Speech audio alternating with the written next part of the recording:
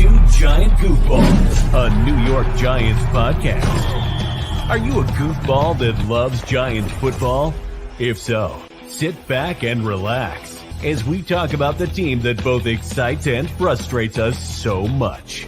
And now, here are your goofball hosts, Drew and Rob. Welcome, fellow goofballs, to Two Giant Goofballs, the New York Giants podcast. I am Drew, joined as always by... I'm me. I'm Rob. All right, let's talk about some secondaries. Yes, and I apologize ahead of time. As you can all probably tell very easily, my throat is just a little bit messed up right now. So, yeah, but we're going to go through. We're going to chug on through. I got some water here. We're going to get this going. We haven't missed one episode ever. We did delay it by one day once, ever. That's it. We don't go. There's no IR for the goofballs. There's no IR for the goofballs. The show must go on. Yeah, we're not Darren Waller. We can't keep going on there.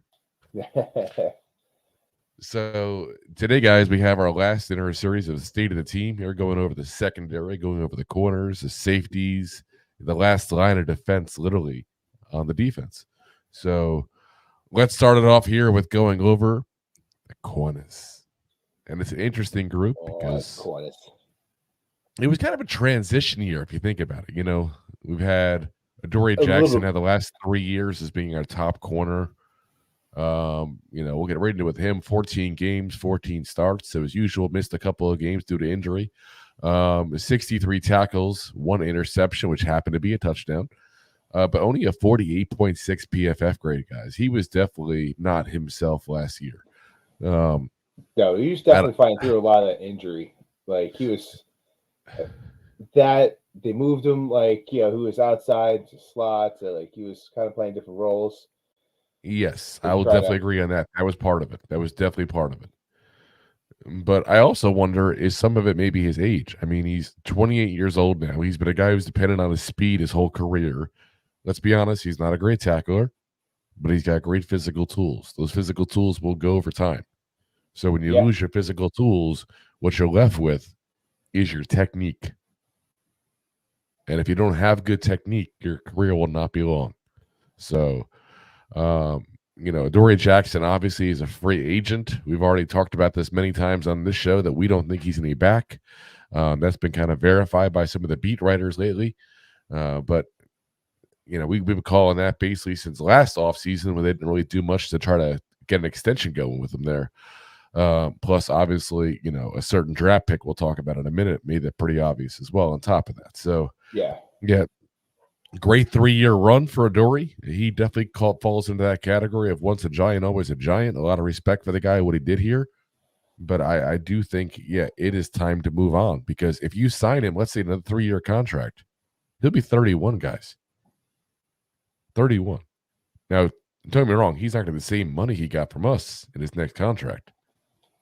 But, he's definitely not going to be, the same player towards the end of that contract. If he's not even now, we don't know. Was it the injuries? Was it the move from slot to outside to all these things, or was it just he's 28? We don't know.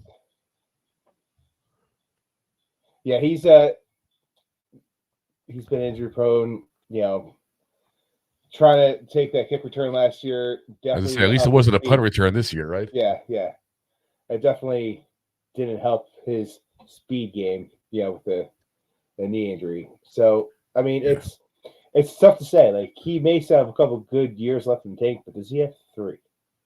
Probably that's a solid question to ask. And, like, not unless he moves to safety. And with his tackling ability, I don't think he's going to be a guy who turns to safety. I think he's a guy who has a somewhat shorter career because of that, honestly. Yeah. Unless he really works in that. I mean, the guy's a hard worker. There's no doubt on that. For whatever reason, he's just never been a good tackler. So, well, the problem is, and like you said it too, like he's got that physical ability, so he didn't have to get technical. So a lot of guys, especially like when they're gifted, these high abilities to be very physical. And it's also his size, though. He's 5'10", 185 pounds, guys. I was that size in middle school. Yeah, but not everyone's a freaking giant over there. But not everyone's NFL size either. You're right. I mean, let's put it this way. I'm like 235 at 5'10". So Adoree and he probably couldn't tackle. You got 50 pounds on the man, the He same height. probably couldn't tackle me.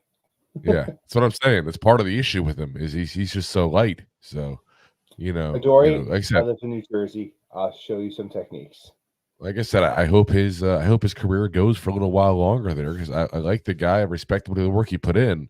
I just think he's kind of on the tail end there. Next up is the guy whose career is just beginning. Our first round pick of this past NFL draft there, Deonte Banks, 15 games, 15 starts, 64 tackles, 2 interceptions, and a 51.4 PFF grade. So an actual better grade than Adoree Jackson. And I think the whole story of him really is when he was CB2, he looked really good. When he was CB1, he looked really bad. Really bad, I think it's an unfair statement. He did not look good, and you can say bad, but very bad. Maybe a game, but I don't even say the full game because there's plenty of times where, like you said, CB2, he looked pretty darn good. So he's been in that roller coaster, but he's also a rookie. It's his first year.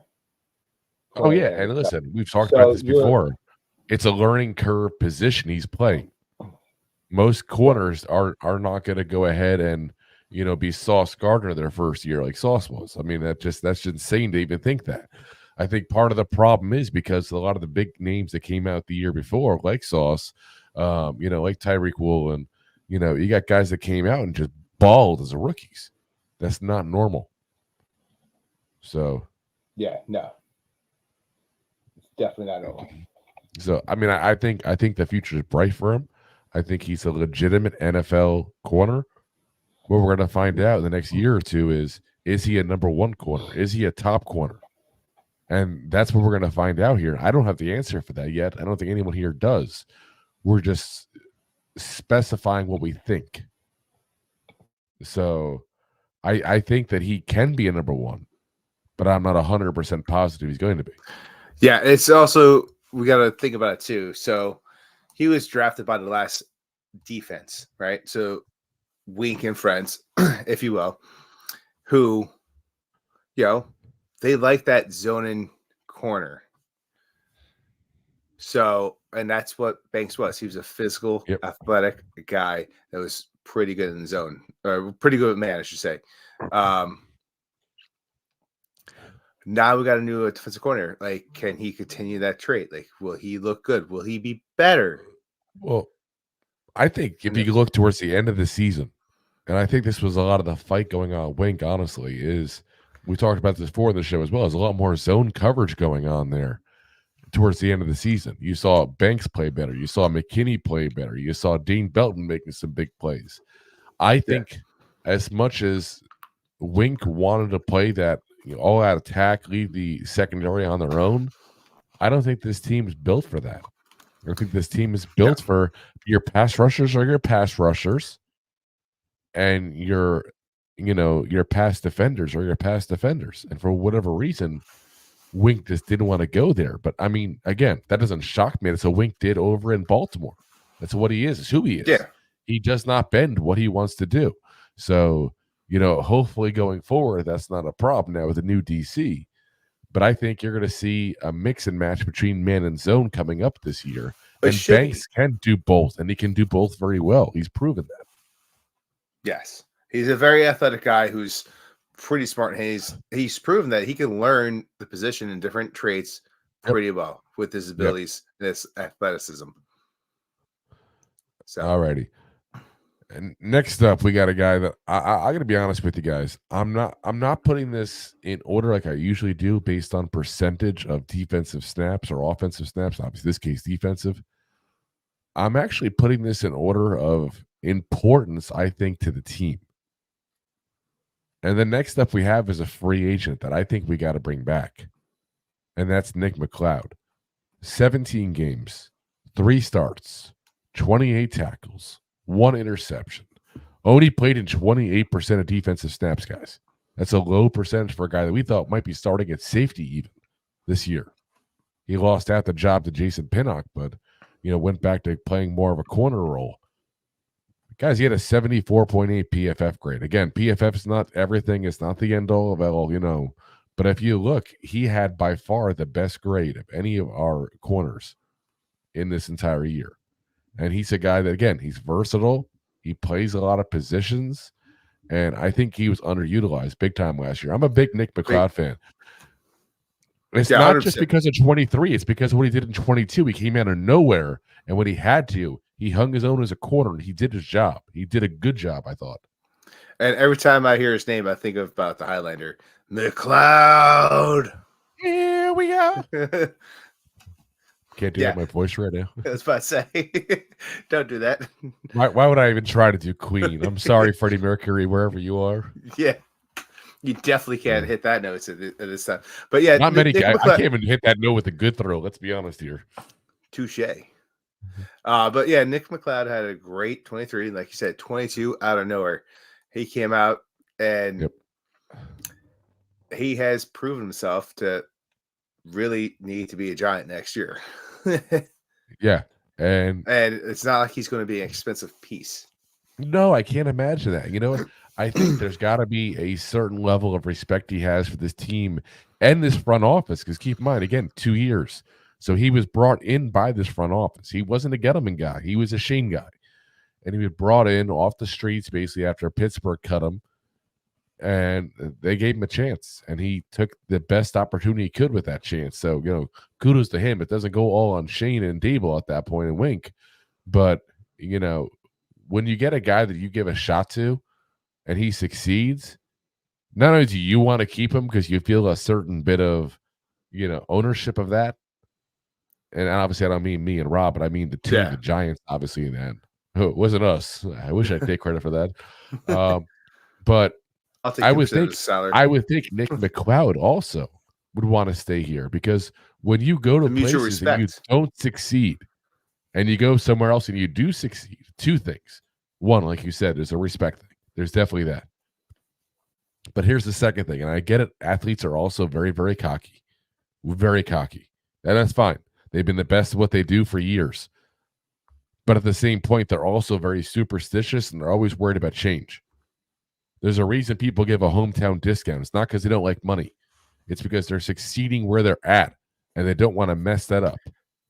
And is the grass always greener on the other side? Oh. Yes, you might make more money, but it's not just athletes. People do it in general. But I'm saying how often you see somebody move to a different place and all of a sudden the success is not there. Yeah. Well, I'm just saying same thing in careers with people that just listen to this podcast and watching the NFL. There's plenty of people that won't take that $10,000, $50,000 year pay increase because they know what they got. They know what they're doing. Wait, hold on. $15,000 a year increase? I'm in there. What kind of job is this? I'm just saying some people won't do it. I mean, they know what they're doing. My boss is listening. It's been a good ride. My boss is listening. Please, $15,000 pay increase. Match it or else. Yeah. Next up, we got a guy that I have such mixed thoughts on. Really, I really do. So he was the star of training camp, the absolute star. People are like, oh my God, the Giants got a elite round stud. I mean, it wasn't just Giants beat reporters. This was national news. Tre Hawkins III. Now, when Tre got drafted, he was drafted to be a project. He was not a guy who had all this huge amount of experience. He played just a little bit there at Old Dominion. Before that, he played at Trinity Valley. Does anyone know where Trinity Valley is? No, of course you don't. By the 3 points? Yeah, no. I'd have to look it up myself even where it is. That's how bad it is. So, he doesn't have a ton of experience like that. And even Old Dominion is not a powerhouse team. So you expect when you get a guy late round from a small school that came from an even smaller school that you're going to have to spend some time and develop this guy. And if there's one guy on this roster that I trust of coaches, it's Jermaine Henderson. I'm so glad we kept him. I'm so glad we gave him a title increase and probably a pay increase to go with it. because I have a lot of respect for that man. I thought he actually should have been defensive coordinator. We'll see if Shane Bowen proves me wrong in that one, but he's a guy that, look at the secondary guys. It hasn't been an issue. Of all the issues we've had in this roster, and there's been plenty of them, mostly the offensive line, I know. A lot. But for all the issues we've had, the secondary has not been an issue for multiple years now, guys. They've held their own. Whether it shows up stat-wise or not, it shows up on film. Because sometimes they're giving up plays because nobody's got to the quarterback in 10 seconds. You can only cover for so long. Yeah. So Tre Hawkins, though, 17 games, 3 starts, 35 tackles, 0 interceptions, 52.6 PFF grade, 31% of the defensive snaps. And my only concern with him is we came in with such high hopes, all because of the media. And I'm not blaming the media when I say it that way. He looked that good in practice. Like, they're just telling us what they saw. For whatever reason, it didn't translate to the regular season. And it really looked bad at times. I mean, us as Giants fans as well, we always take on those project piece players and like, this is the next coming of Joe Montana, or this is next, Joe Montana? Joe Montana. You're going back to Joe Montana here, huh? I was trying to do the Waterboy reference there, but anyway, everyone jumps on board. They see the project player playing well in the preseason, and everyone goes crazy. They're like, look at this guy. He's the next coming. He's going to be the next great guy in the corner position. He's going to be the stud. There's that Joe Montana. Beautiful. But and that's what happened. And like the whole media got caught up in it.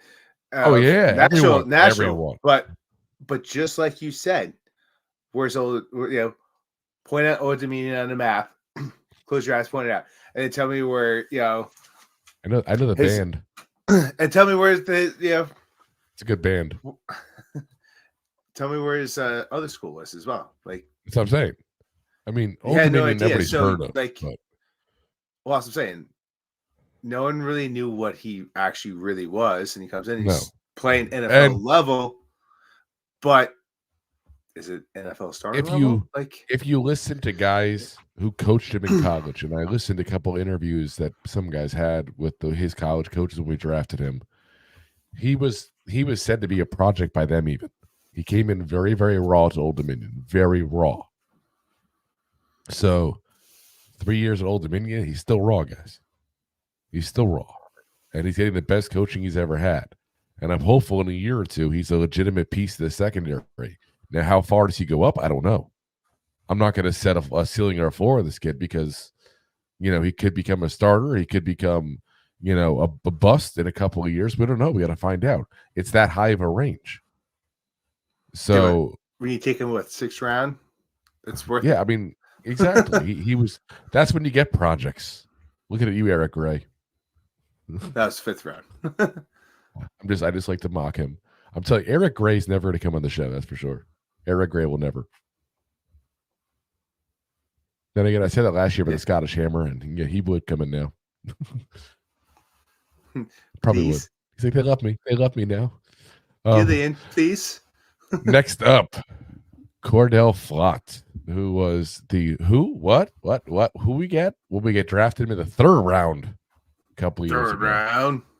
And I'll never forget, because this was before you and I started doing the podcast, and I was listening to Talking Giants do it. And I will always associate this moment with this man. And it was a friend of the show, former guest star on the show there, Bobby Skinner of Talking Giants, who came on to their live feed. And when he heard it was Cor'Dale Flott, he got so ticked off, he left the room. Because he's like, I put so much work into knowing all these players. I have no notes in this guy. He's a 5th or 6th round grade I had him at. And we took him in the 3rd. And a lot of people had him that high, that low of a grade, really. 3rd, that was a reach up in a lot of people's eyes. But I think he's done better than we expected based on that reach. Now, has he done 3rd round good? I don't know about that. I would say he's probably done more 4th round good. He's been a decent backup. But a 3rd round, she's pushing for a starting job. Now, he did have 7 starts last year, 14 games overall. 36 tackles, 1 interception, a 53.3 PFF, played in 56% of the defensive snaps. But while he got the opportunities, I can't say he did anything great to take a spot. I mean, let's be very frank and say they want to hand this kid a job. They drafted him. They want to say, here you go, Flott. Here's your job. We want you on the field doing this and doing it often. That's what happens when the team that drafted you was still there on the Giants. Yeah, I mean, I guess new DC, new opinions. We'll see what happens going forward. Because, I mean, I don't know, because you got Henderson still there. That's the interesting part about having a new DC. It'll be a new scheme, but you'll still have the same position coach. The only position coaches that changed were linebacker. Touché. You're right. Smartly they held on to Henderson, and obviously Andre Patterson is another guy we have a lot of respect for. But I'm curious to see what this change does to Cor'Dale Flott as well, because if I remember correctly, this is what, year 3, 4 now for him. He's getting to that point now where it's time to put up or shut up. And if he doesn't, so it's 2 years in. So year 3. It's his third year coming up. And year 3 is that usually that year where you know what you got. Yeah. You give it 1 or 2 years to kind of develop. Year 3, it's time to show who you are, or that's who people just think you are now. Yeah. You look at it. You have a Neil. Burger flipper. Yeah. He's going to be working at Wendy's in no time, getting that surge going on. Yeah, surge pricing. Even better. Did you hear what Burger King did? Well, what they do? And they're not letting people have it their way without a charge. Oh no! With that big response, I have to look into details, but they're giving away Whoppers.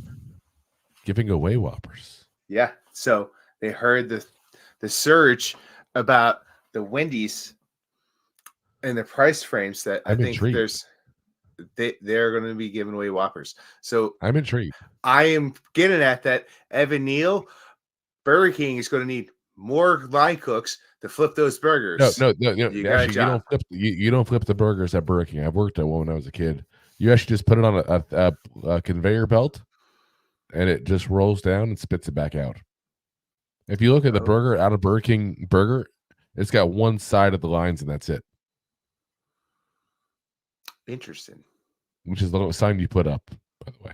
So if you flip it, put the bottom bun off, you'll see no lines at the bottom of the burger.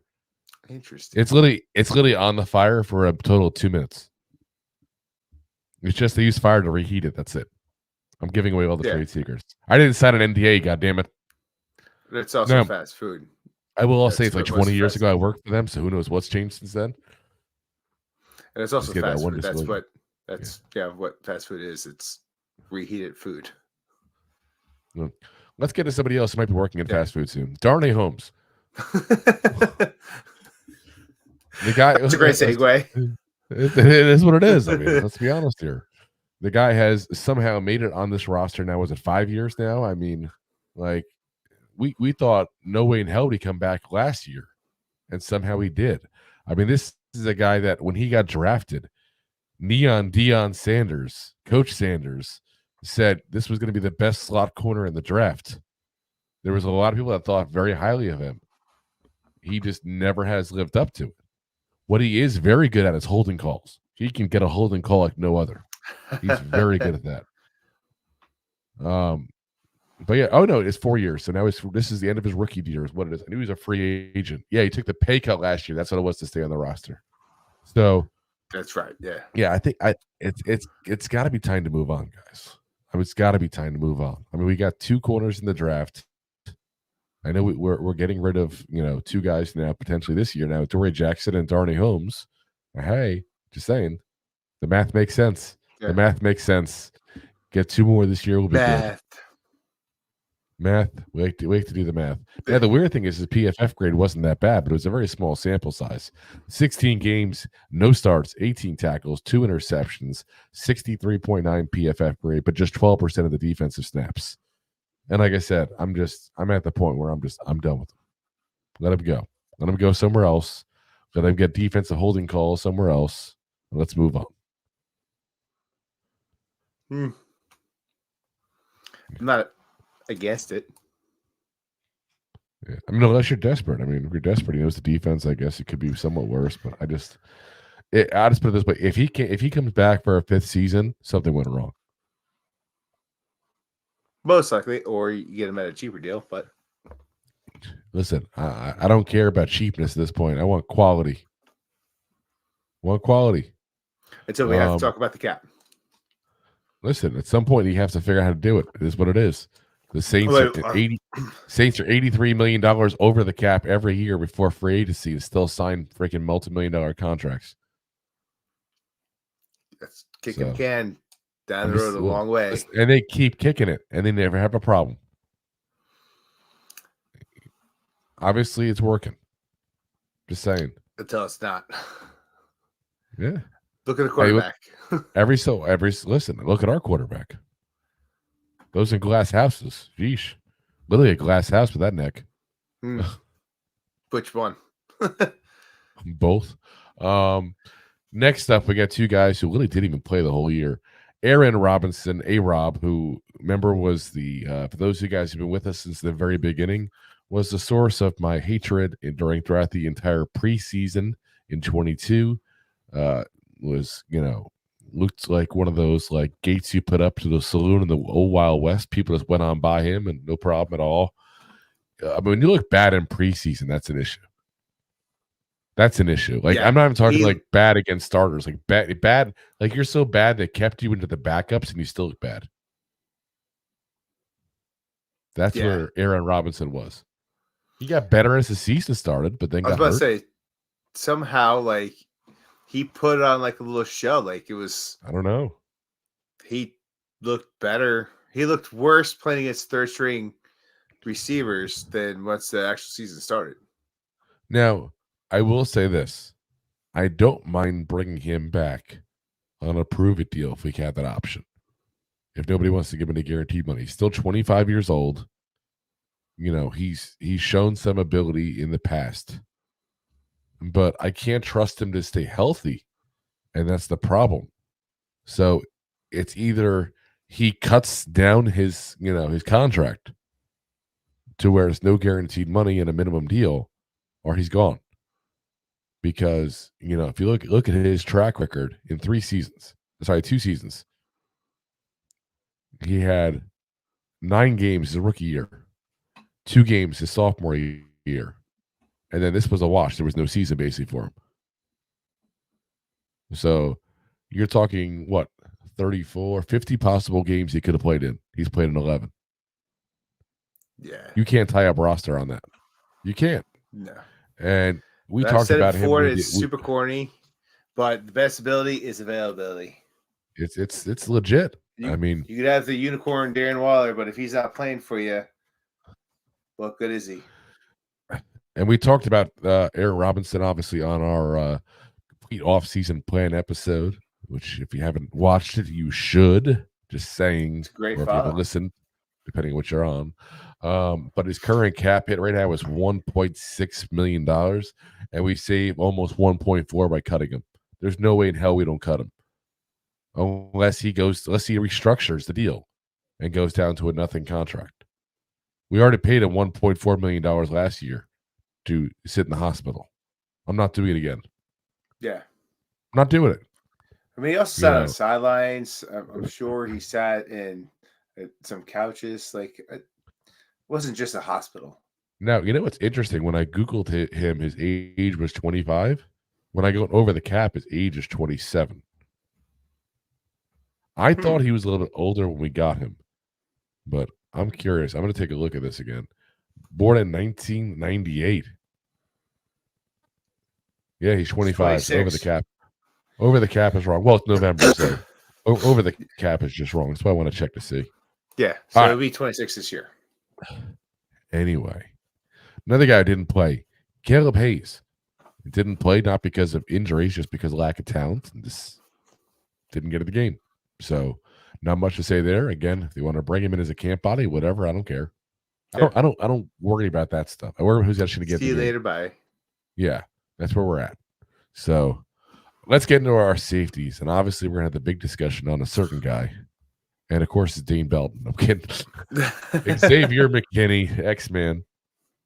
17 games, 17 starts, 116 tackles, 3 interceptions, half a sack, 2 forced fumbles, 1 QB hit, and an 87.8 PFF grade. The fourth highest grade among safeties.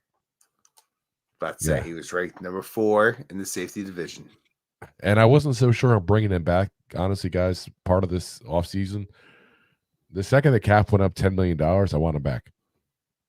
And the only reason I say this is because we're not as cash strapped as we were, and I think it's going to cost around $17 million a year to keep him. I really do. And I think if you do the job right with the contract, you can fit it in no problem. And I think he's going to look better next year because he hated Wink. Let's be very frank. He hated Wink. Well, he openly said like he was not going to be a Giant if Wink was here. Yeah. Not to mention the fact that he also, during the season, bashed the coaches. And it was found out to be that it was Wink that he was upset with not listening to him. That leaves him in an island by himself in the deep part of the field where he's not used. You don't put him in as the deep island guy. Like, that's not what his role is. You want him up where he can go rush the passer occasionally, hit the runner because he does hit the runner. Part of what that is, if you look at him and Jason Pinnock.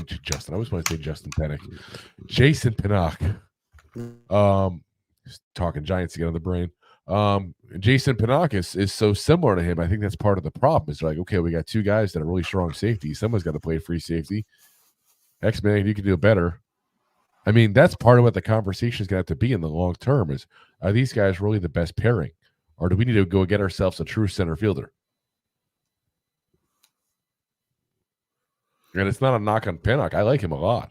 That's a guy I'd love to keep. But if I got to keep one of the 2, I'm keeping McKinney. Money aside, obviously. Yeah. So, like I said, I'm hopeful to get it done. I know, I was listening because I had that work trip this week, so I was listening to a little more of other people's podcasts than I typically will. And I know LPG was on Talking Giants. I don't know, like third mention of Talking Giants here today. But he was on with them, and he was saying that he wouldn't be surprised if the McKinney deal is done prior to free agency. Like, he thinks they were talking, the 3 of them together, saying they think conversations are going we don't know about. And that's fair. I mean, we don't need to know. We don't need to know. But if you think that they're going to let him wander off into free agency without a conversation, that's bullshit. I got a bridge to say too. Very nice, fancy. A lot of people died making it. Was it the Brooklyn Bridge? No, the Manhattan one. Anyway, so hopefully McKinney's here for a long time. He's still very young. He's very talented. That's the kind of guy you want to keep. Even though the one thing that gives me a little bit of hesitation is just positional value. It's safety. It's an important position, but it's not nearly as important as edge, nose tackle, corner. But granted, like I said this, recently. Granted, he's one of like the 26 captains on the team, but one of the 53 captains on this team. Yes, everyone's a captain. Yeah. But the water boy's a captain, I heard. The water boy's a captain. But he really actually is like a secondary captain. Like, he really is like a defensive captain. Like, he really gets that team morale together. And it's his play. Yeah, it's his play. But like, you watch him, even if like you follow him on social media, like, he's got a lot of respect in that backfield. And he calls a lot of play from the back that people listen to. Pause. So. Next up is the guy we just talked about it briefly there for a second ago. Kind of jumped the gun a little bit, had to talk about him because he's the other starting safety, Jason Pinnock. 16 games, 16 tackles, 16 games, 16 starts, 85 tackles, 2 interceptions, Big 1 difference. for a touchdown, 2 sackles. 2 sackles. That's what I say. Sackles. 2 sacks. Oh my god. This is what happens when I'm trying to power through this with my voice right now. 2 sacks. 2 sacks. Tackles for loss, 4 QB hits, a 67.7 PFF grade. Solid player, cheap contract, good guy to have on the team for that reason. And like I said, I think until he becomes an issue contract-wise, he has a place. The second he becomes an issue, and I wouldn't be shocked even if they go, you know what? We got one more year with him, if I remember correctly. Yeah, one more year with him. And his cap hit's actually pretty decent this year for what he's made in the past. He's got a $3.1 million cap hit this year. That's not too shabby. No. Don't get me wrong. It's not McKinney's getting dwarf that, obviously, but yeah, I wouldn't shock me at all if the Giants go out and draft potentially or get a young safety that they think in the long term can replace Pinnock. And if they do, it's going to be that center field kind of guy because we're missing that. We don't have that. Let's be very frank. You don't want to go get another guy in free agency or the draft that we already have. You want to get something new. You want to add new shiny toy. Yeah.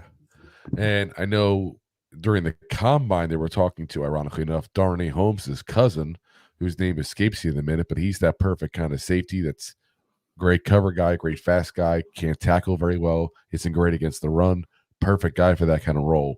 And he's going to be able to a 4th round pick there. I gotta look him up, see if I remember the name there. I don't like to talk too much on who the Giants talk about specifically at the combine because, guys, so much stuff changes between now and then. To be honest, the guys who analyze every single move that happens at the combine, they're just trying to get you filler stuff until the stuff comes up. That's where it all boils down to. But that's, I think, what you're going to see eventually. I think you're going to see a center field guy get drafted. And I think you're going to see eventually he's going to go bye-bye because he's just not able to do that role. And he does such similar to X-Man that it's kind of hard to do that. But at least for now, one more year, he'll be here. I like him here. And I'll tell you honestly, even if they keep him long-term and pay him like he's being paid this year, and he becomes a 3rd safety in the 3-safety set we used to do back in the day, I'm cool with that. Yeah, 100%. I like Pinnock. I have a lot of respect for the man. I just don't want to overlap. I don't want to keep on having these guys do the same thing. Yeah, you also, when you go down to the center position, like you become a rectangle peg, and it's the freelance safety where he's at. He's a circle. You just don't plug him in there properly. It just doesn't work. Yeah, you could. I shouldn't say it like that. You could make a little bit of work, but that's not your niche. That's not your expertise. Like you need a different person to do that. So, like you said, 3-person safety, it'd be perfect. That's something else. Yeah. Yeah. Next up is Dane Belton, finishing his 2nd year off, 17 games, 2 starts, 33 tackles, 2 interceptions, 1 sack, 3 tackles for loss, 2 QB hits. Played 26% of the defensive snaps, 51.7 PFF grade, which is pretty low. Honestly, I think people lose because if there's one thing this kid has, it's big playability. Like I said, plays in a quarter of the snaps, got 2 interceptions. It doesn't take a genius to do the math and say he'd have 7 or 8 interceptions if he played as a starter based on that theory. Yeah. If I told you right now that he had 120 tackles, 8 interceptions, 4 sacks, 12 tackles for loss, and 8 QB hits, you'd be like, wow, that's a season. And if he played 100% of the snaps like Xavier McKinney did, that would be his numbers based on the snaps he took. Yes. I was about to say, but those stats, and this is why I use the PFF grade with you guys and try to give you guys this. What it doesn't tell you is when he's out of position, when he's not good in coverage. Those aren't in that, and unfortunately that's an issue for Dane Belton. He has not been good. He's been burnt many times. He's been out of position many times. I think that, I wasn't very high in him when they drafted him. And just nothing's changed my mind so far. He's not the worst in the world. Don't get me wrong. I'm not trying to make him like, the worst pick ever. And how dare we make this pick? I just don't think he's got a very high ceiling. And I think you'll see him go through this rookie contract and then just be gone. Yeah, you're probably right. Unless, something big changes this year, next year. But listen, guys have shocked me before and put the work in, and it's nothing personal with Dane Belton. I don't have anything against him, obviously. I root for the guy. He's a Giant. I want him to succeed. I want him to prove me wrong. Just my personal opinion of the guy right now. I mean, you're probably getting him back cheap after his rookie deal. But there might be a team that actually you don't want him back cheap at the rookie deal because you can get a rookie that's cheaper that has promise. That's the whole point. I hear you, but yeah. You just want to be the positive guy, like the good cop, bad cop here. A little bit there, but I really couldn't say anything that's too positive. I'm calling it out. I'm calling it out. I was like, next up, Bobby McFerrin. Don't worry, be happy. No, Bobby McCain. 10 games in, 0 starts, 1 tackle. Only played 3% of defensive snaps. Played 50% of the special team snaps. Had a 49 PFF grade, which I'm not sure how, with 3% of defensive snaps, they even gave him a PFF grade, but that's where he was at. Let's be very frank. We had higher expectations for this guy. We thought he'd be the third safety, potentially even pop up in a slot corner position occasionally. And it was very early on realized by the coaching staff that he did not fit the defense, did not fit the team, should not be there, and just, wasn't going to work. So kudos to him for sticking out what had to be a rough season for him because he succeeded in multiple places before with no problem. For whatever reason, it just didn't work out here. And I think it's safe to say that this is the end of Bobby McCain's run as a, New York Giant there. I'm pretty sure it was a 1-year deal that we signed with him. It's double check. Yeah, it was a 1-year deal that we gave him at that point. So, he gone. Appreciate the effort. Just didn't work out. Time to move on. Don't want to be mean about it even. The guy's, like I said, the guy's been a pro's pro. He's been in the league a long time. So, last up, another guy who was a training camp wizard. We heard so much about him in training camp. Didn't even make it to preseason to still hear anything. We still heard about at least Tre Hawkins was still being talked about during the preseason as a potential good player. This guy was lighting it up all over the place during the training camps, and then just disappeared the second actual football pad started. Javarius Owens, 3 games, 0 starts, 1 tackle, 1 fumble recovered. Doesn't even have a PFF grade because he played that little. And he was a 7th round pick. I'm not going to beat up a 7th round pick. Yeah. A 7th round pick from a small school. He's a project. We all knew he was a project. Hopefully he develops into something. He's got a lot of physical tools. But if he doesn't, it's a 7th round pick. It is what it is. I'm not going to, cry over a 7th round pick. You take your chances. Y'all can't be Joe Montana. Just saying. Make that a thing of the show now, Joe Montana. Every day. Joe Montana. Real quick here, before we get into how we can improve these groups here, because we do have some ideas here, we're going to pay the bills real quick, and we're going to go through a couple of comments there. I know Connor's lighting up the comments here like crazy. I know I see y'all in there, because I can see how many people are watching. We got ninja watchers left and right. There's plenty of ninja watchers in there. Yes. So come on in the comments section. Let us know your thoughts because we want to hear what you guys all think too. You guys are all Giant fans. We want to hear what you all think. So let's get to pay the bills real quick. Enjoying the show? Looking for more goofball action? Consider a membership at buymeacoffee.com/2giantgoofballs. Memberships start at just $5 and give you additional goofball access. One-time support payments also available starting at just $3. buymeacoffee.com/2giantgoofballs. All righty, Connor starts it off with, are you sick, Drew? You sound different. No, I'm just trying something new. No, I'm sick. My throat's all jacked up. So I know it's weird. I'm not sick. I'm like, it's all it is my throat. That's all. Honestly, it's all it is. I don't have a fever. It's not COVID or anything like that. Obviously, I just had that a month ago. It's just allergies draining down the back of my throat and messing my throat up. So it is what it is. Stop putting things in the back of your throat. You can't help it. Connor says, back away, Roberto, so you don't catch it. And this is definitely one of those episodes that Rob is glad that we're in different states. Except I can show him the temperature real quick, and he might not be so happy. He says, "Hey Roberto, I just read plastic water bottles have millions of micro pieces of plastic floating in the water, but since we're from Jersey, we drank Jersey water. We should be okay." No, Jersey water, first off, is a spectacular cavalcade of flavors.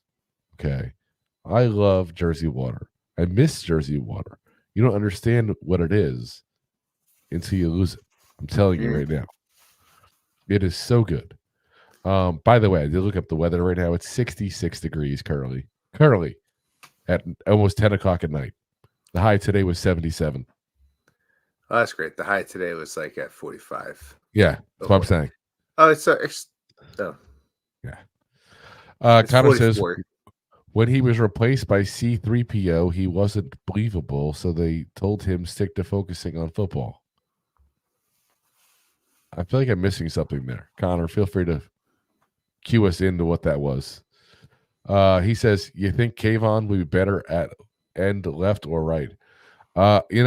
Some people are very good at going back and forth. Some people, it's so much a muscle memory thing, they got to stick to one side.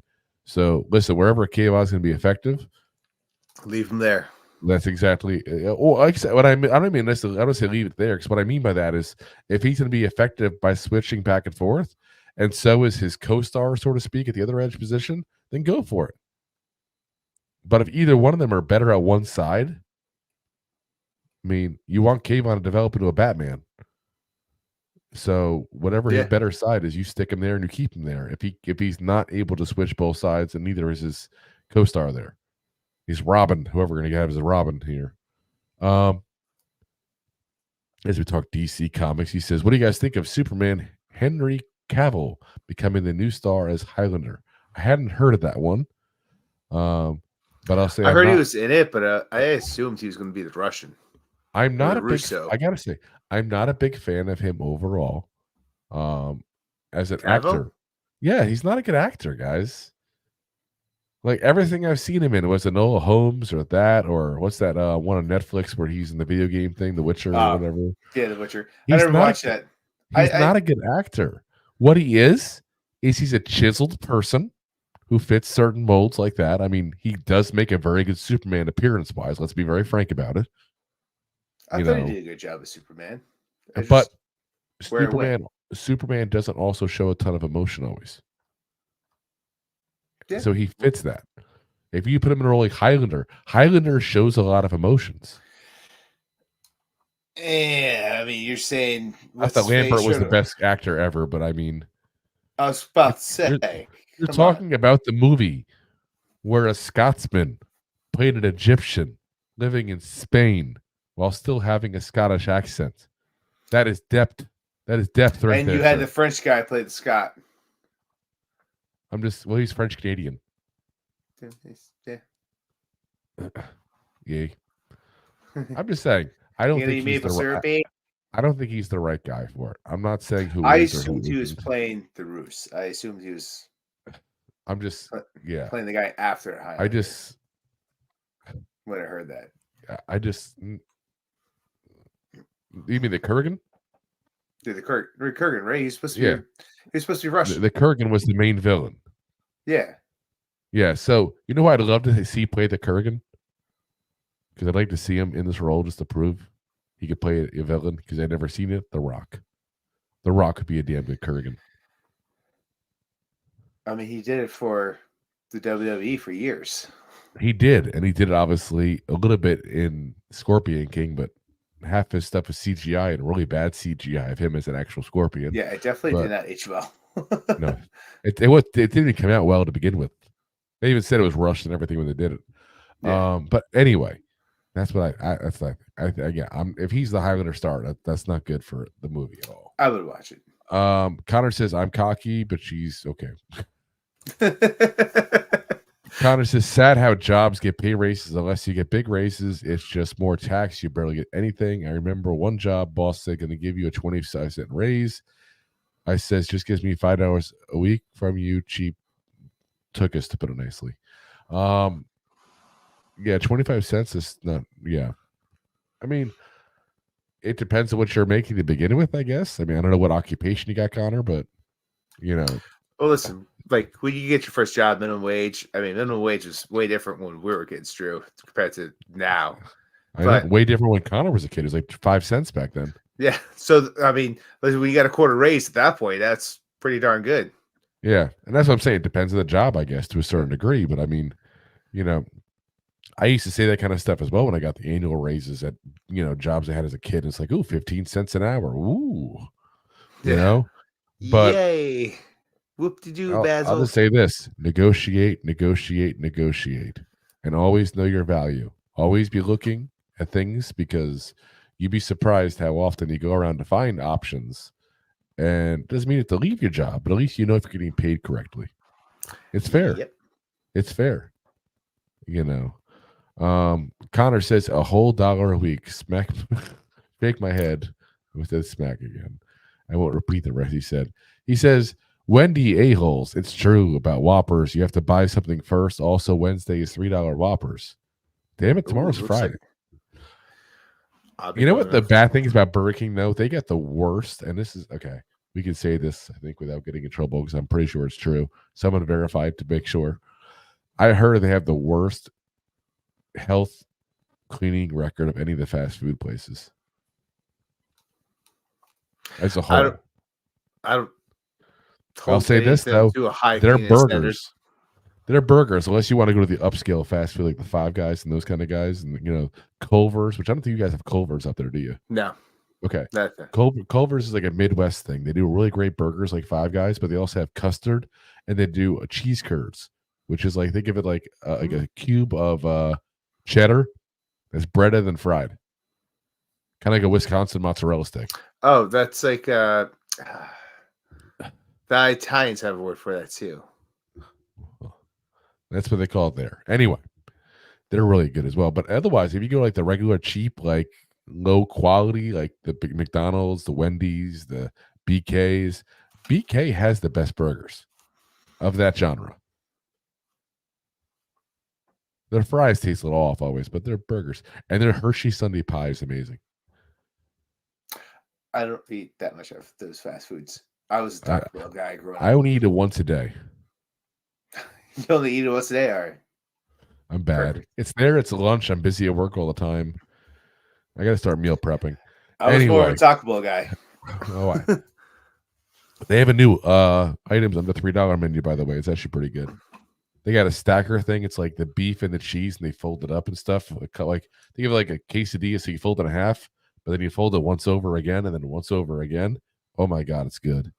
And they do a chicken and cheese on a gordita wrap. It's pretty good too.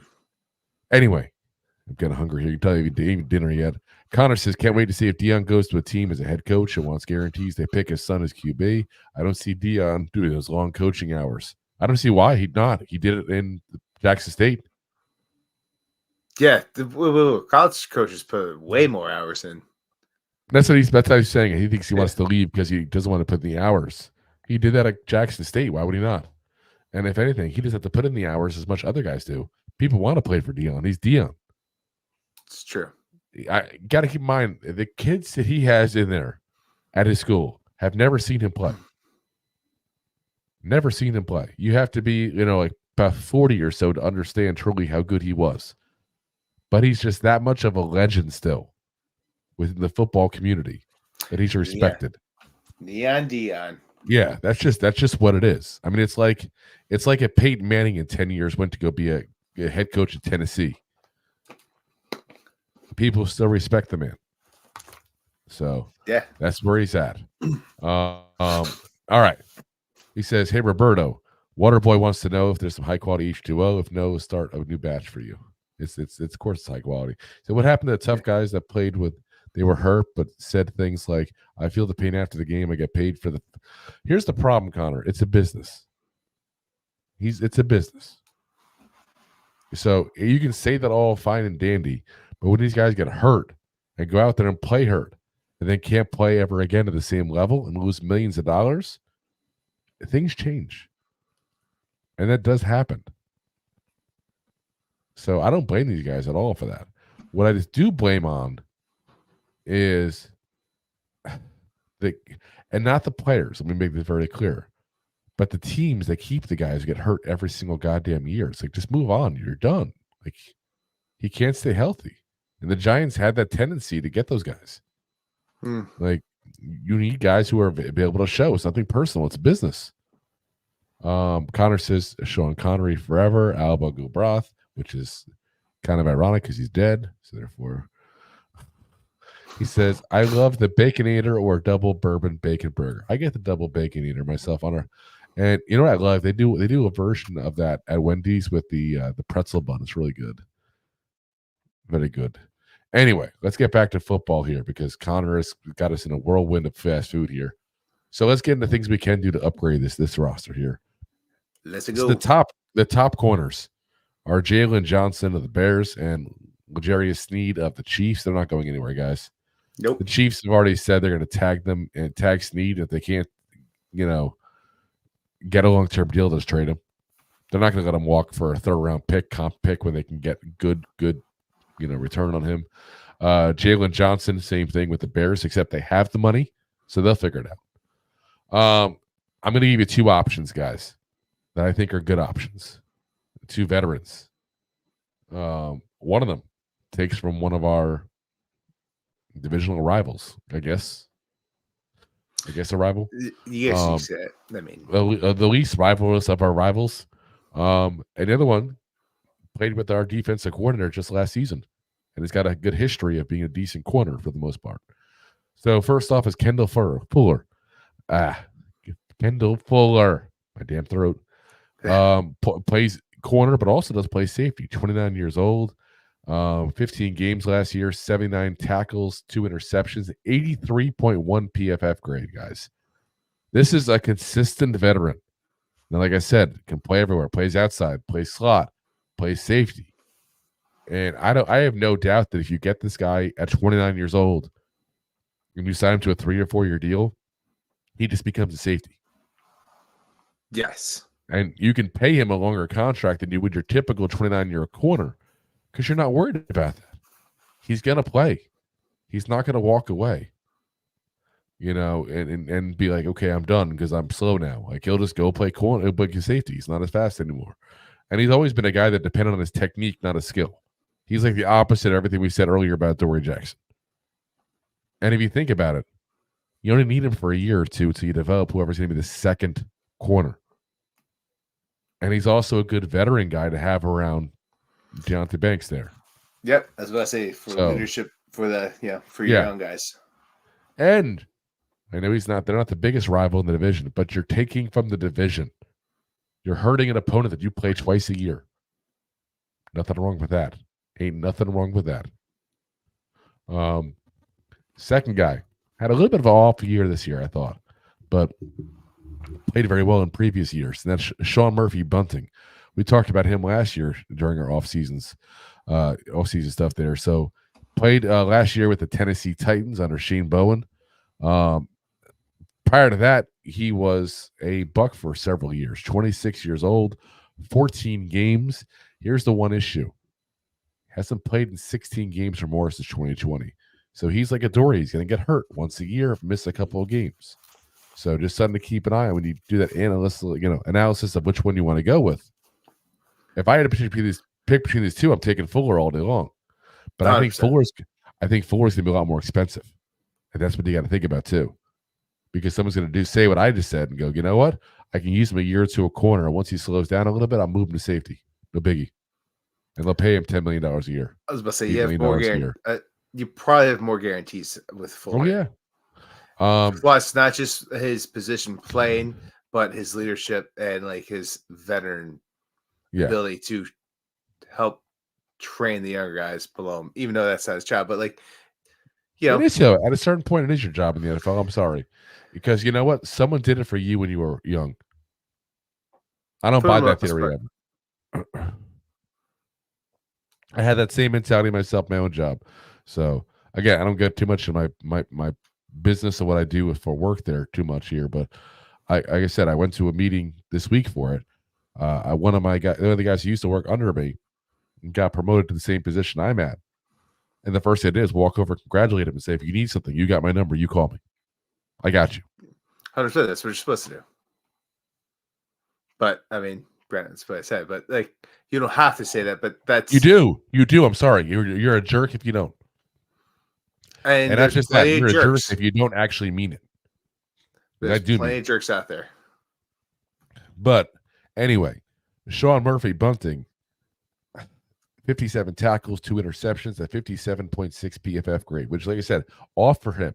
He's usually higher than that. So, yeah. But again, he had a year in, in the system that's being brought now to the Giants.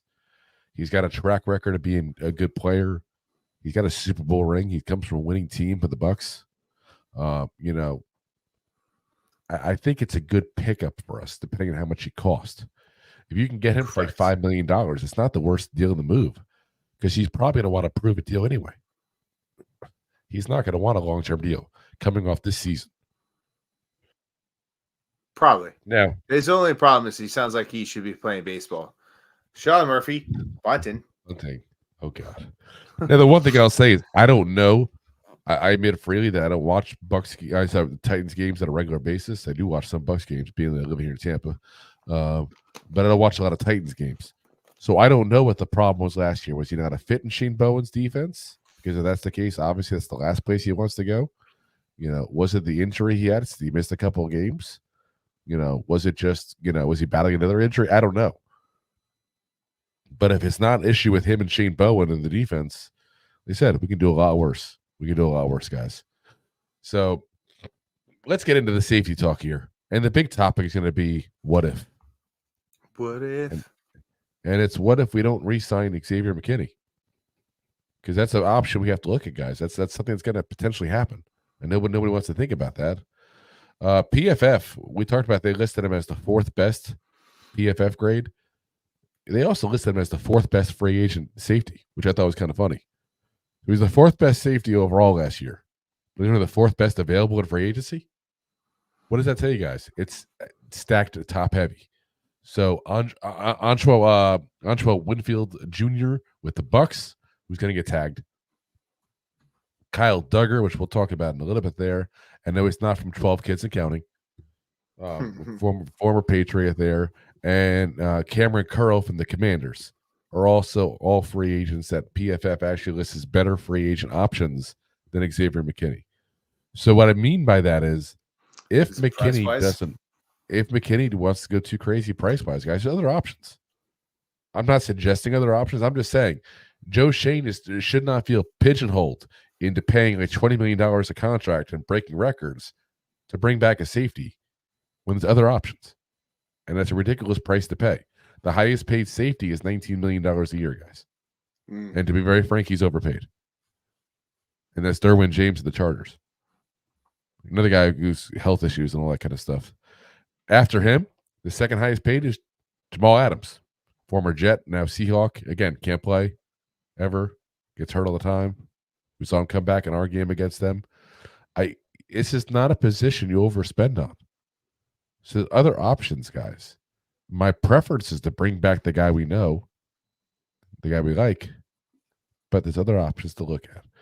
I'll give you a couple other options here that are lesser talked about here. Geno Stone, we talked about him before, 24 years old, 17 games, 11 starts, 68 tackles, 7 interceptions, guys. This is your center field kind of guy. Because honestly, if we're going to go ahead and get rid of McKinney in this scenario, again, not that I want to get rid of him, but if we do, because somebody wants to overpay the hell out of him, then you might as well get your center fielder and let Jason Pinnock play the strong safety. Yep. So, 7 interceptions. This is his first year he's ever had over 41% of the defensive snaps. So he's never been a long-term starter. But it's not because they didn't like him. They have guys like Kyle Hamilton, other guys there that just blocked him. They have some really good safeties there, guys. He had a 71.9 PFF grade. Not too shabby. Julian Blackmon with the Colts, 25 years old. Also plays slot corner. So, again, speedy guy, coverage guy, center field kind of guy. 15 games, 15 starts, 88 tackles, 4 interceptions, 68.3 PFF grade. Last one. Olohai Gilman, the Chargers, 26 years old. 14 games, 14 starts, 49 tackles, 2 interceptions, 86.1 PFF grade, guys. Only his first year at more than 47% of defensive snaps. I think he's going to be a surprise for whoever gets him. I really do. I've watched some tape of this kid. I liked him a lot.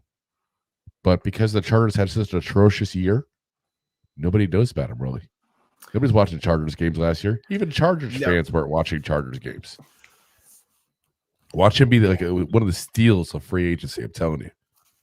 Probably right. There's a lot of options, though. We got vet options, too. We got Jordan Fuller of the Rams, Jordan Whitehead of the Jets, C.J. Gardner-Johnson of the Lions, Deshaun Gibson of the 49ers. There are plenty of safeties, guys.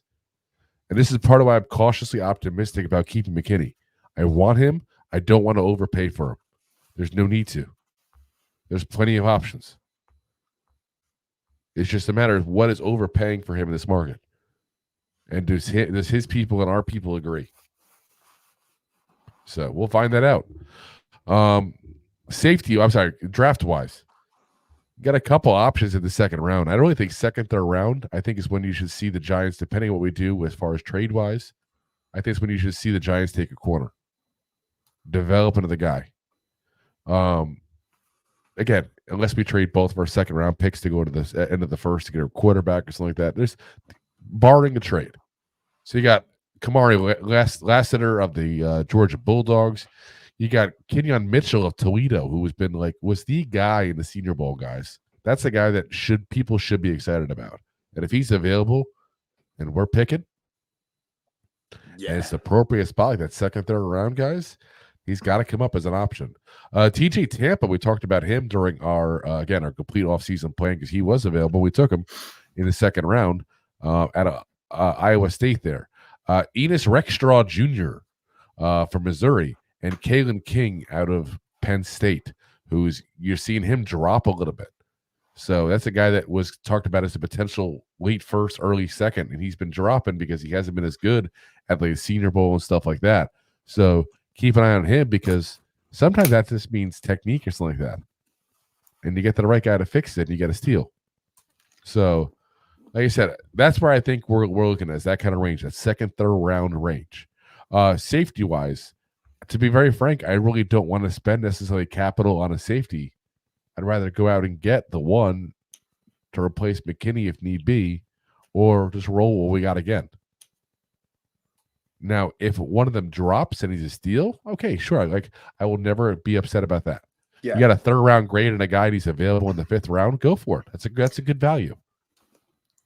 Yeah, otherwise, not only could draft high in the third round. So yeah, like I said, otherwise, I'm good with skipping that position for the most part and just rolling the dice what we got again. That's it for the safety stuff, guys. Let's go into the Giants news and the news from around the league.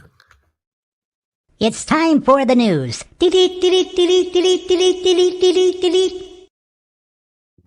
All right, Giants news here. So Texans continue to be rumored as a possible destination for Saquon Barkley. He's also recently been in communication with C.J. Stroud. Well, it's no secret the Texans want to pick up a running back. But, guys, don't get too worried about that kind of stuff. You're going to hear a lot of rumors with Saquon. A lot of rumors. It doesn't matter. All that matters is where he signs the dotted line. That's all that matters. I could want Saquon on my team so bad if I was a GM of the Texans. Doesn't mean I'm going to give him $13 million a year, $14 million a year, something crazy like that. Correct. And also, who was our best player last year? Yeah. But I'm telling you, are we in? Everything I'm hearing right now with the Giants is going to be $8-9 million his offer. That's what it's going to be. But that's also what you're hearing. So we went through this that's last what the rumors year are. As we're trying to cover. Rumor has it. As we're trying to cover this, guys.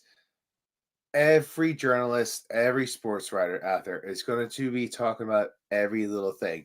You know, Barkley traveled down to Tampa. Meanwhile, I was on a beach. He's not visiting, yeah, the Bucs. But I think the thing is they see what we talked about. This running back group is so oversaturated free agency. So you have a perfect storm for guys to be cheap because you have guys, you have a position that's already undervalued and not paid for. It's a repeat of last year. Then you have a ton. No, it's worse than last year, I'm telling you. And it keeps getting worse. We're going to talk about it in a minute, but they just another one got cut. Another running back cut just today, just a couple hours ago. Yeah. So like, this is where we're at. There are so many running backs. I'm telling you, none of these guys are going to get paid good at all. None of them. And that includes King Henry. So, speaking of Saquon, though, his reps and the Giants met today at the Combine, as they said they would do during the event. Josina Anderson of CBS Sports reported the meeting as good. About as broad as you get. Good. Just swell. Yeah. Thanks. She said they discussed a lot of options and, quote, including memorializing Barkley's potential legacy as a New York Giant pending an agreement on mutual terms. I'm kind of curious what that means. Like, are they going to promise him a statue or something like that if he comes back? Like, what does that mean? I mean, it could be a lot of things. Like, you stay a Giant, we guarantee you a coach's job. You stay a Giant, we guarantee you be a face. You could be like an Eli Madden. We'll get you into media outlooks around the area. I'm wondering. We could guarantee you a future salary. I'm wondering if it's like a guaranteed Ring of Honor spot. I mean, you don't have to guarantee it, but you can say that. It's a good selling point. He's listen, he is number 4 right now overall in rushing yards as a Giant. That's where he's at. I'm saying, like, so he's going to get it with or without guarantee. 185 yards to pass Joe Morris. He needs 1,686 yards to pass Rodney Hampton. That's where he's at. And this is modern day football, guys. That's part of what you guys got to remember, that anybody that's younger doesn't remember this stuff because they weren't around for it. Not to be that old guy and say, get off my lawn, but in the 80s and 90s, when guys like Rodney Hampton and Joe Morris were playing, guys, they rushed the ball nonstop. This is like nowadays, where that's like a secondary thing to the pass. You know? I mean, yeah. It's, if you look at the yards per attempt, his yards per attempt is 4.3 in his career right now. Joe Morris, 4.0. Rodney Hampton, 3.8. When he retires, he'll be probably the second best running back to ever put on a uniform. That's where he's at. And that's even considering his decline. Because that's going to happen, guys. He's going to continue to decline. I'm sorry. I know people hate when you say this. But he's already in the process of a decline. He is. Yeah. He's not very far into it. No gets outside Father's time. We'll all get stuck there. Yeah. I mean, that's just life, guys. So, we'll see. But I'm wondering I think that's what it's going to be. It's going to be something more along the lines of that. I really do. I think you're going to see, that kind of reaction with it. Like, you know what? Here you go. He's also, I looked it up out of curiosity, 33 all-time on the all-time receiving yards. So he's got a long way to go to get to that kind of good graces. But let's say if he gets another 1,000 yards, hypothetically, he's already up to 23. So he's at that spot where he's just pigeonholed with so many people. He gets 2,000. Let's say he plays 4 more years. Hypothetically, gets 2,000 yards, which I don't think that's going to happen. But if it did, he'd be at number 16. He'd be sandwiched in between Sterling Shepard and Jeremy Shockey. Interesting company. Well, I'm saying, I don't think people recognize sometimes, like, how much of because of the position he plays, how much of a generational talent he really is. And unfortunately, injuries have made it where he's not even probably have the career he could have had. Because he looked like freaking goddamn Barry Sanders when he first came out. Yeah, it's sad. I mean, you got to think about it. He's missed over a third of his career due to injury. Yeah. Thus, so far. Like I said, it's just, I wonder if that's what it is. Like, hey, we're going to put you in the Ring of Honor. Hey, we're going to do this for you. We're going to do, that kind of thing. Because you're going to retire as a Giant and you're going to be that kind of player in our history. It's true. So. Which guarantees you down the road, staying in this market, They do it. Oh yeah. Anytime they do a Giants like meet the players, meet like the best of. Guess what? They have to call up Barkley and they pay him. You know what though? They show his face. I look at it like Amani Toomer, okay, as a good example. Amani Toomer obviously is the all-time receiving yards leader for the Giants. Played primarily during bad times. Let's be honest, minus the tail end with Kerry Collins a little bit there, and his last couple of years, which was the beginning of Eli's career, including the one ring that he got, the first of Eli's rings. But the first half of his career, he's got like the first half of his career was like Dave Brown years and Danny Cannell and those kind of guys. Like it was not good. He's not remembered in the same breath as like a Plexico Burress because he was at the end of his career during those good years. I wonder how much Saquon, because of when he played for the Giants and how bad the years were, how that's going to affect his legacy. But I look at Amani Toomer. He's been what I think MSG. He's been working for a while and stuff like that. Yeah, he's been back with the Giants for many things, for different things. You look at a guy like Tiki Barber. Obviously, he's been very involved with the media, and let's be very frank, he rubs a lot of people the wrong way. Especially bashing Eli. I'm just saying he does. I mean, like I said, I think I don't know. I got the chance to talk to him one time, and he was nice to me. I got no beef with the guy. He answers some questions. He definitely answered it with an egocentric kind of mentality, but that's fine. Again, he's an athlete. They're going to have that ego. For those who are wondering, the big question I asked him, I mentioned multiple times on here in the show, is if he, how he thinks the comparison between him and Marshall Faulk. Because I've said forever, he had a 10-year career. Marshall Faulk had a 12-year career. But if we look at their yards per year, they're very similar. The difference is Marshall Faulk was more of a receiver, whereas, Tiki was more of a pure runner. And Tiki was very quick to point that out. He's like, I earned mine the hard way. Like I said, typical Tiki kind of thing. He's got an ego. That's fine. He's also the best running back to ever play for the New York Football Giants. You can have an ego when you can talk about that. The man should be in the goddamn Hall of Fame. I'm still saying that. He should be in the Hall of Fame right now. You can have an ego when you have those things. 100%. Barkley has an ego himself. He hides it better than Tiki ever did. But don't tell me Barkley doesn't have an ego. If Barkley didn't have an ego, he would take $13 million a year we get offered last year. He's got an ego. And that's fine. Again, nothing wrong with that. I'm not knocking the man. I don't mean it as a negative.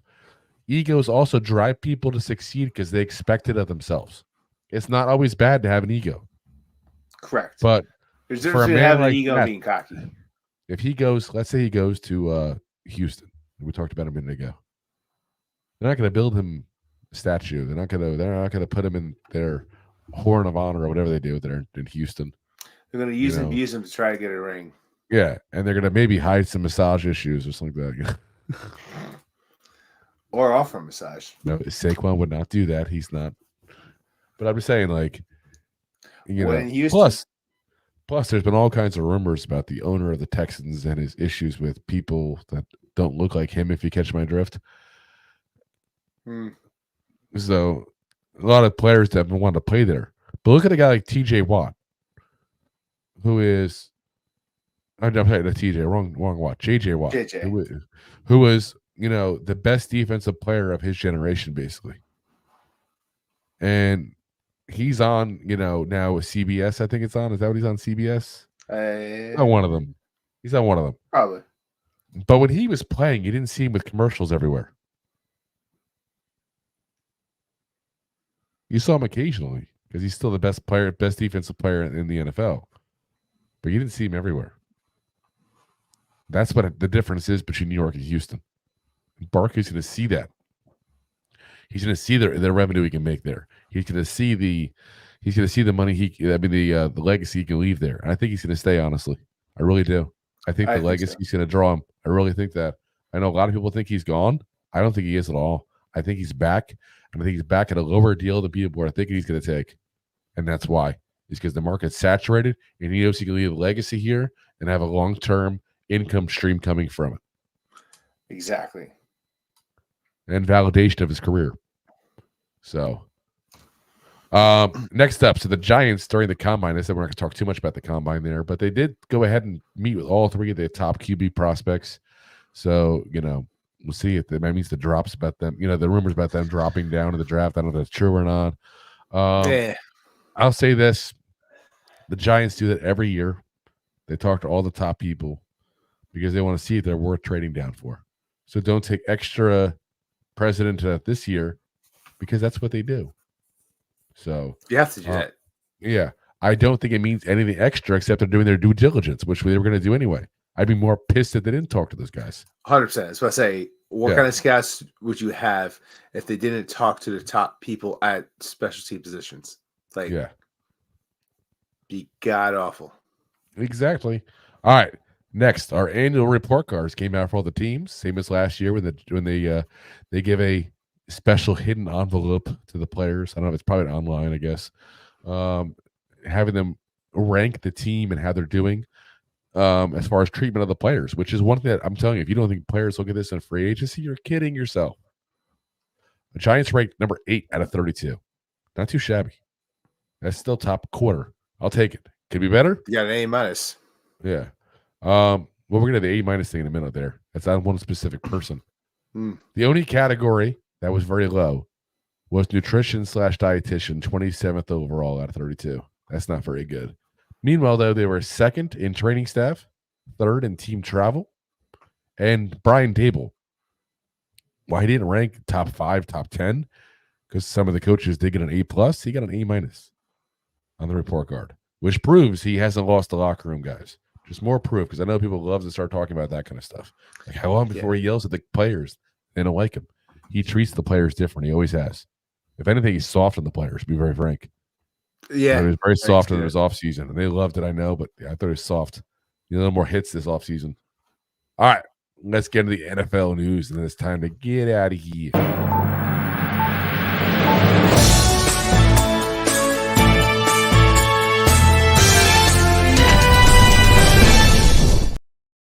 All righty, so Vikings have cut Alexander Madison, so the running back market continues to get more and more saturated, as we talked about earlier. One got cut. That was him. 1 year starter, about 700 yards. I mean, they had a more running back by committee, but he was their lead guy of that committee. Patriots rumored to have made a long-term contract to safety Kyle Duggar. We talked about him before. Interested to watch what that'll be because, guys, if he signs a contract, that automatically sets the market for McKinney. And if he signs a $13, $14 million contract, that's bad for McKinney. If he signs a $19, $20 million, that's bad for the Giants. Correct. That's where we're at. Bucks are unlikely to retain linebacker Devin White. Already have also cut Shaq Barrett as well, edge rusher, who hasn't been quite the same since some injuries have taken place there. So Bucks are shedding some people from those last Super Bowl run they had there. Jets gave Zach Wilson permission to seek a trade.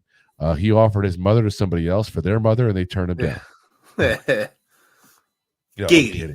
I'm kidding. No, but really, no one's trading for Zach Wilson. If they do, it's going to be nothing major. If you needed a backup, maybe. So he's going to be like the backup for Atlanta Falcons. I would take him as a backup, maybe, but I don't think anybody's going to give up anything of value really for him. I don't know. I mean, I feel bad for him. I really think the Jets did him wrong. You want to talk about the Giants doing Daniel Jones wrong? Zach Wilson's been done wrong. Robert Sala's like, I love you, I hate you. I love you, I hate you. I love you, I hate you. He was in an abusive relationship with. He really Salas. was. He really was. Especially this year. The divorce had to happen.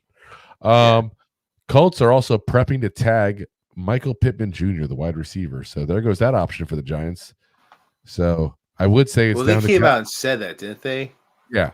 So that brings us down to Calvin Ridley as our last possible option of the big three receivers. And let's see here. Jags are in contract talks with Josh Allen and Calvin Ridley Jr. If one is locked up before free agency, they can then put the tag in the other and keep them both. So yeah, guys, this is what I said all season long. People are like, oh, all these receivers are coming out in free agency. The big names, the good names, don't typically make it out of where they're at. Yeah. If you're really, really good, unless you're cash strapped, they'll find a way to make it happen. So, the Bears are expected to make their Justin Fields decision before free agency, guys. Now, free agency starts in about 2 weeks. So, TikTok, they're on the clock. Chiefs released Marquez Valdez-Scantling. Now, that is a contract move based on money, but guess what, guys? He wasn't that good this year. That's also what it boils down to. With the best quarterback. Oh, yeah. We got the end of some wide receiver rumors as well. People last week were all excited. So, Devontae Adams of the Raiders, Justin Jefferson of the Vikings are said to not be on the trading block, according to their prospective GMs, after the rumors to the contrary, guys. So those of you guys that were doing all these Twitter and Facebook posts of Justin Jefferson in a Giants uniform, this is why I'm telling you right now, the second I see that kind of stuff, I'm like, I don't need to take anything this person says with a grain of salt.